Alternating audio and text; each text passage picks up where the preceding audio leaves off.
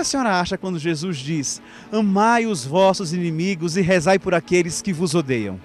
É difícil, viu? Né? Aí você tem que respirar fundo, ver por que caminho, mas tem que ter uma misericórdia. E eu perdoo. E se alguém lhe desse um tapa no rosto, a senhora voltaria à outra face? Não, não tenho coragem de fazer essa atribuição, não tenho coragem, padre. Não é fácil. Você faz o bem para a pessoa daqui uns dias taca a pedra em você, o que adianta? Não adianta querer fazer justiça aqui na terra, porque a justiça de Deus é a melhor. Amar os inimigos, oferecer a face a quem nos bate, são propostas de Jesus que nos desafiam a ter uma postura diferenciada no mundo. São propostas que nos desafiam a ser o diferente no mundo. Eu estou aqui no centro de Campinas e quero saber o que o povo acha disso. Será que é fácil amar os inimigos e rezar por aqueles que nos odeiam? A senhora tem alguém que precisa perdoar? Tenho, que eu tenho vontade de arranhar, mas eu preciso.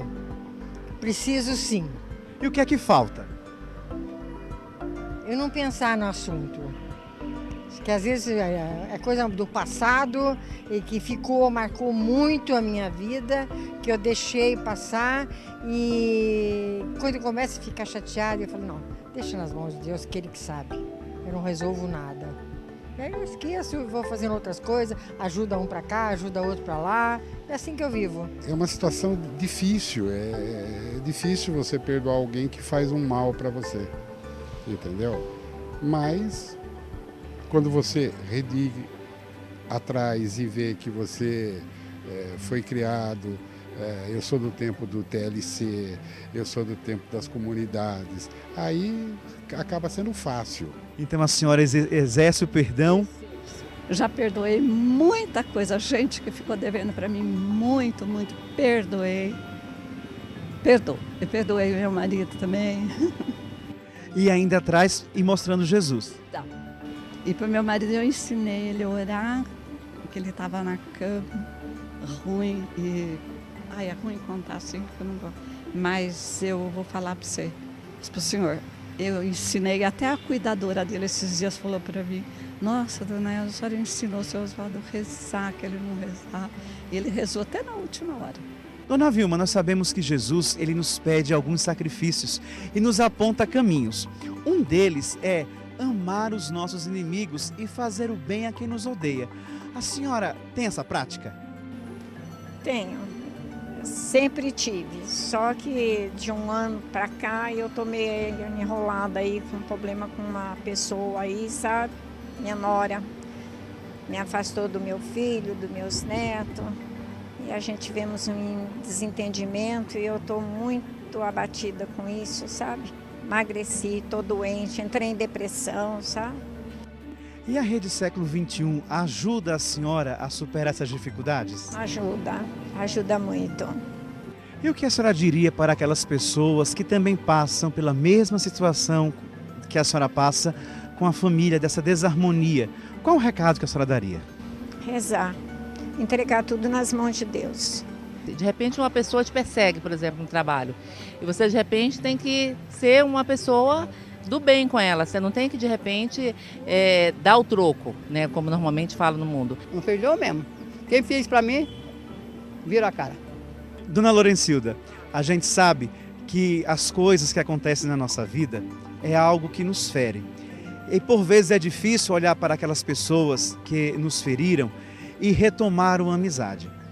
Deus, Ele não nos pede para que nós gostemos daqueles que nos fazem mal, mas nós somos chamados a cada dia a amar aqueles que são ditos como os nossos inimigos. Porque se nós fizermos da mesma forma que eles, nada de extraordinário nós não fazemos. Então, se a senhora vai à missa, se a senhora comunga, se a senhora reza, então deixe que o amor de Deus toque no seu coração e que a senhora possa, de fato, perdoar a todos aqueles que lhe ofendem.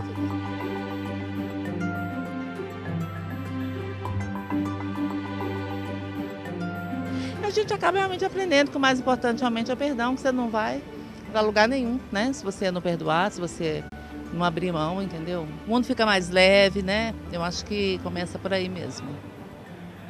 A partir da fala da nossa irmã Marilza, nós podemos concluir que o perdão é uma experiência que começa no nosso coração.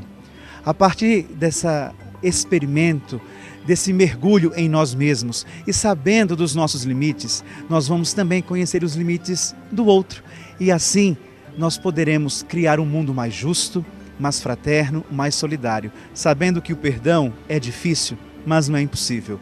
Aquele que na cruz morreu nos ensinou que para ser feliz é necessário amar. E amar é doar a vida em favor de outrem.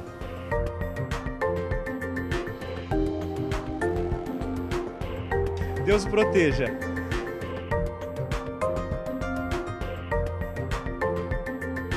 Que Deus te proteja em nome do Pai, do Filho e do Espírito Santo. Amém. Dá um abraço, dona Elza.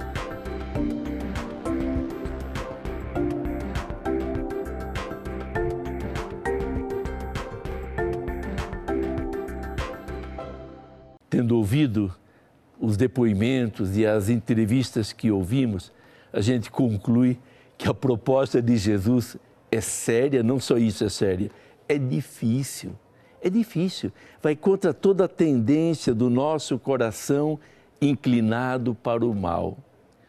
Se Deus, a sua graça, não trabalhar em nós, não conseguiremos superar este espiral da violência. Fez mal para mim, recebe mal. Fez o bem, recebe o bem. Mas isso Jesus disse que até os pagãos fazem.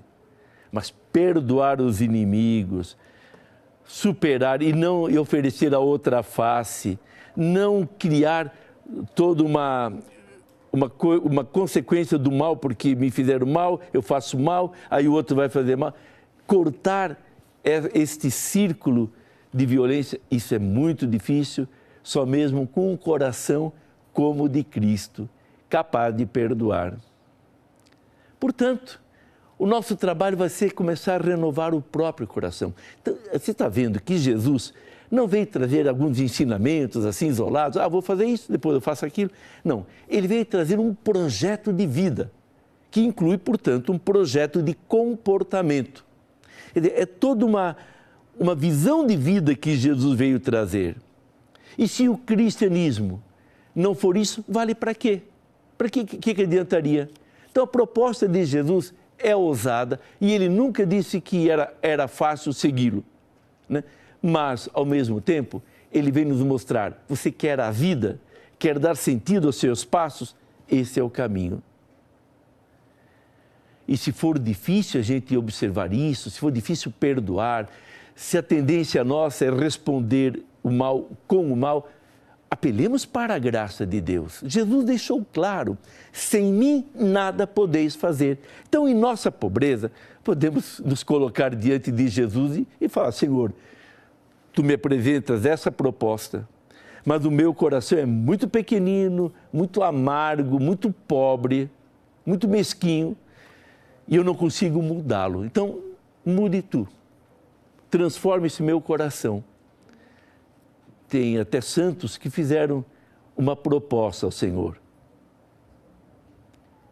E a proposta consiste no seguinte: Senhor, eu vou cuidar de Ti, das Tuas coisas, e Tu cuidas de mim.